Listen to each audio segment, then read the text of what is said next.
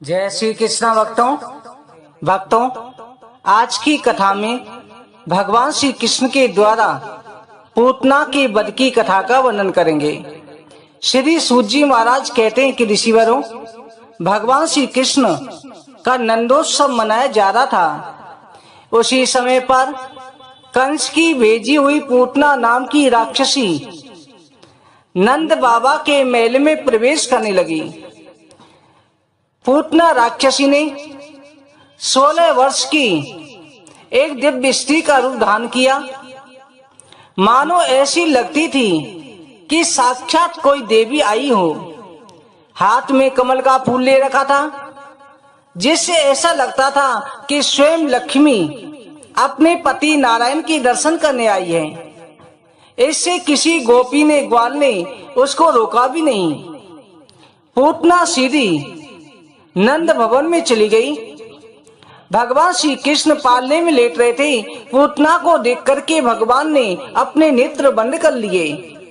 भगवान समझ गए कि ये राक्षसी माँ का रूप धारण करके स्तनों में विष लगा करके मुझे पिलाने के लिए आई है।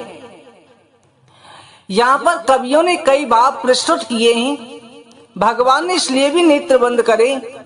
भगवान ने सोचा कि मुझे दूध पिलाएगी, और जो दूध पिलाती है वो माँ के समान होती है, माँ का दूध होता है। इसलिए मुझे इसे मानने में किसी प्रकार का संकोच ना रहे। कवियों ने दूसरा भाव भी प्रस्तुत किया है। भगवान श्री कृष्ण आंखें बंद करके अपने परम मित्र महादेव का ध्यान करते हैं और कहते हैं कि हे भोले बाबा, आज यहाँ पर मेरा जन्मोत्सव मनाया जा रहा है। मेरा जन्म कल ही जन्म हुआ है और आज ही मुझे विष पीने को मिल रहा है। इसलिए आप भी आइए, आप उस विष का पान कीजिए और मैं दूध का पान करूंगा। पूतना राक्षसी ने आकर के बाल कृष्ण को गोदी में उठा लिया।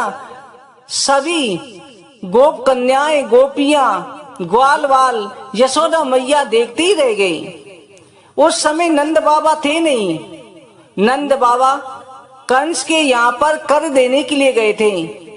ब्रज का कर हर साल दिया जाता था। आपके नंद बाबा ने 2 हीरे कर में भेंट करे। कंस ने कहा था कि हे नंद बाबा, इस बार आपने हीरे भेंट करे हैं, ऐसी क्या खुशी है? नंद बाबा ने कहा कि मेरे इस वृद्धावस्था में घर लाला को जन्म भय हुए। तो कंस ने भी बहुत सारी भेंट सामग्री भेंट करी। एरा जो है पूतना राक्षसी भगवान श्री कृष्ण को गोदी में लेकर के और अपना स्तनपान कराने लगी, दूध पिलाने लगी।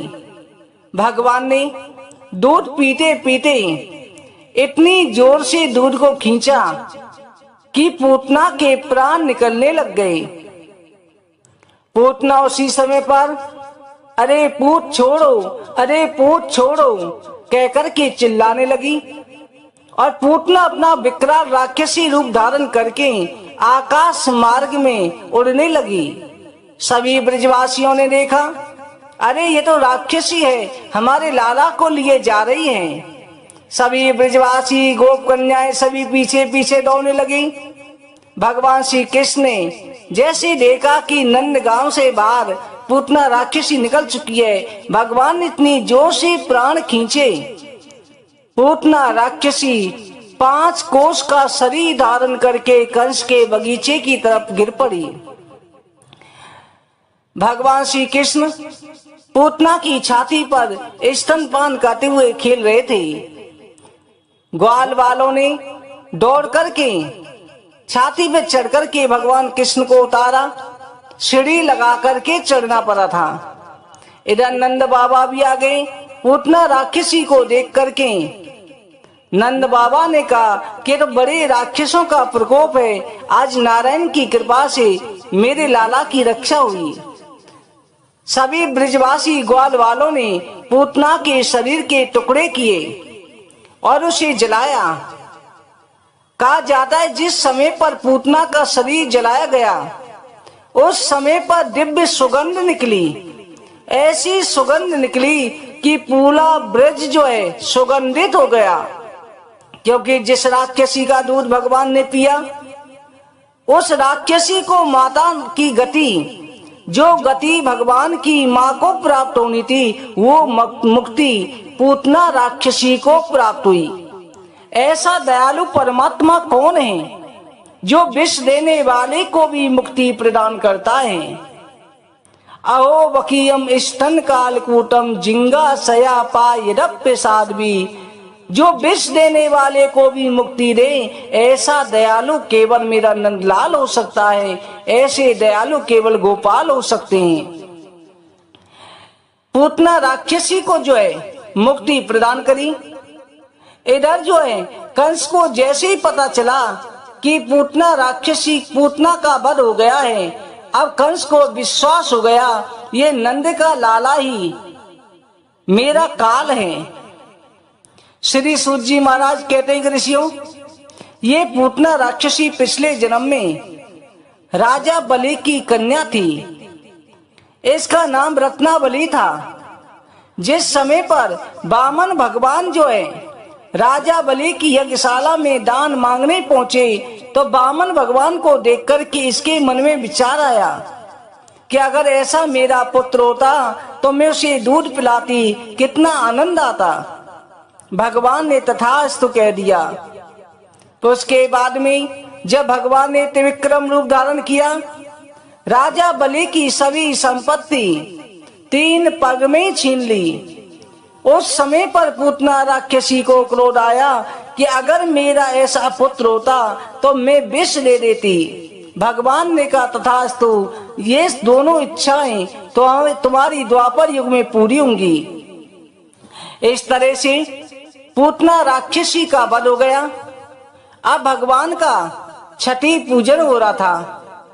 छठी पूजन के दिन जो है भगवान को सकट में सुला दिया था, जो गाड़ी के नीचे पालना डाल के सुलाते हैं उसमें सुला रखा था। इधर पूजा की तैयारी चल रही थी तो सक्तासुर नाम का राक्षस आकर के गाड़ी के ऊपर बैठ गया और गाड़ी के ऊपर बैठकर के धीरे धीरे गाड़ी को दबाने लगा। भगवान ने उसी समय बाल कृष्ण ने अपना पैर लंबा करके इतनी जोर से मारा कि जिससे गाड़ी पलट गई और सक्तासुर राक्षस गाड़ी के नीचे दबकर के मृत्यु को प्राप्त हो गया। बड़ी जोर से आवाज हुई। उसी समय नंद बाबा सभी ग्वाल वाल दौड़ कर के आए। अरे क्या हुआ, क्या हुआ? सभी ने देखा गाड़ी पलटी हुई है, लाला जो खेल रहा है। सभी कहने लगे गाड़ी कैसे पलट गई? अरे इसके नीचे तो राक्षस दबा हुआ है। वहां पर कुछ बच्चे खेल रहे थे। उन्होंने कहा बाबा, तुम्हारे लाला ने अपना लंबा सा पैर करके मारा और गाड़ी को पलट दिया। सभी को विश्वास नहीं हो रहा था कि छोटा सा लाला गाड़ी पलट के इस राक्षस को भी मार सकता है। इस तरह से भगवान ने सक्तासुर नाम के राक्षस का भी वध किया। आगे चल के भगवान जो अनेक प्रकार की लीलाएं करने लगे। भगवान का आगे नामकरण संस्कार के लिए भगवान 13 दिन के होने वाले थे। इधर एक दिन भगवान भोले बाबा भगवान श्री कृष्ण के दर्शन करने के लिए ब्रज में आए।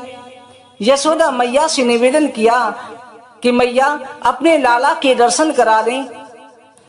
यशोदा मैया ने भोले बाबा के उस अघोरी रूप को देख करके, क्योंकि पहचान तो पाई नहीं कि भोले बाबा हैं, दर्शन कराने से मना किया तो बाल कृष्ण रोने लगे।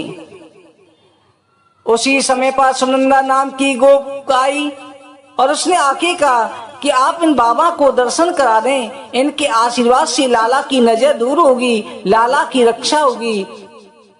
तो उसी समय बाल कृष्ण के भगवान भोले बाबा को दर्शन कराए। आज दोनों प्रभुओं का मिलन हुआ। भगवान भोले बाबा जो है वहां से चलकर के तरौली गांव में स्वामी बाबा के नाम से प्रसिद्ध हो गए। इस तरह से भगवान दोनों इष्टों का हरिहर का मिलन हुआ। भक्तों, कल की कथा में भगवान के नामकरण संस्कार गर्ग ब्राह्मण पर कृपा की आगे की कथा का वर्णन करेंगे। बोलो बाल कृष्ण भगवान की।